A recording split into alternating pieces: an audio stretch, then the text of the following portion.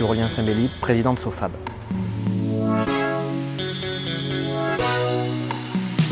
SOFAB, c'est une association qui fédère les industriels de la nutrition animale du Grand Sud-Ouest. On compte aujourd'hui 22 adhérents qui sont à la fois des fabricants d'aliments composés et de compléments alimentaires. Aujourd'hui, on représente 15% du marché national. Et autre spécificité qui est forte sur la région SOFAB, c'est qu'on a plus de 80 signes officiels de qualité. L'objectif de SOFAB, c'est de représenter la nutrition animale au niveau de son environnement professionnel et des pouvoirs publics. C'est de répondre aux attentes sociétales, notamment en termes de sécurité, de compétitivité, de durabilité.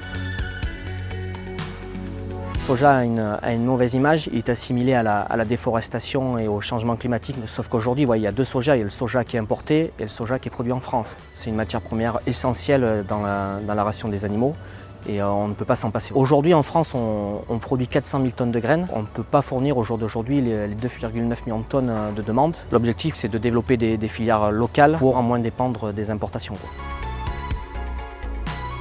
Sur l'ensemble des surfaces de soja disponibles en France, plus de 60% se trouvent dans le sud-ouest, aussi bien en bio qu'en conventionnel. On peut retrouver des productions depuis les années 80 avec des hauts et des bas, où on a eu presque un arrêt de la production au début des années 90 et au début des années 2000 par un manque de compétitivité. Si on fait un focus sur les 5 dernières années, nos imports ont diminué de 15% en soja. Donc la filière est déjà impliquée et active sur le dossier sociétal. Pour pouvoir valoriser en nutrition animale la graine de soja, on valorise le tourteau.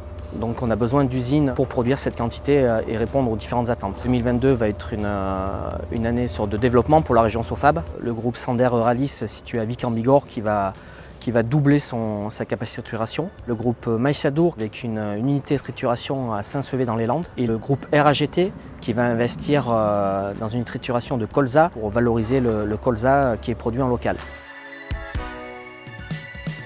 Avec une tonne de graines de soja, on obtient à peu près 75% de tourteaux de soja, 4 à 5% de coques de soja, 10% d'huile et le reste correspond à la freinte qui est due au process et à l'échauffement et une perte d'eau. La graine de soja, à sa réception, va être contrôlée. Ensuite, on va la nettoyer. Ensuite, on va passer à une étape de concassage. Puis ensuite, on va la chauffer, on va la cuire. Une fois que cette cuisson est réalisée, on va presser la graine pour obtenir le tourteau et l'huile. C'est une matière première qu'on va réceptionner dans nos usines, où on va réaliser un contrôle de qualité à réception pour en connaître les valeurs nutritionnelles, notamment la protéine et la matière grasse. Contrairement à son cousin d'Amérique du Sud, le tourteau de soja français a une matière grasse beaucoup plus élevée. Notre rôle aujourd'hui, c'est d'être l'étape suivante de trituration, c'est-à-dire qu'on peut avoir des graines à trituration, mais si on ne valorise pas le tourteau, il n'y a pas d'utilité, il n'y a pas d'équilibre économique. Nous, fabricants d'aliments français, nous sommes prêts à acheter ce tourteau de soja plus cher. Mais par contre, cela va entraîner des surcoûts de prix de revient sur nos programmes alimentaires et on n'a pas la capacité à absorber ce surcoût.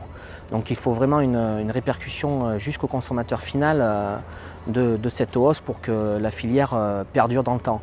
On parle de quelques centimes d'augmentation pour le consommateur final. C'est infime si on le ramène à l'unité. Pour que la filière soja soit viable économiquement dans le temps, il faut une rémunération du producteur en passant par tous les maillons de la chaîne. Il faut des signes officiels de qualité forts et qu'on le valorise vraiment jusqu'au consommateur final en faisant un vrai étiquetage sur les produits.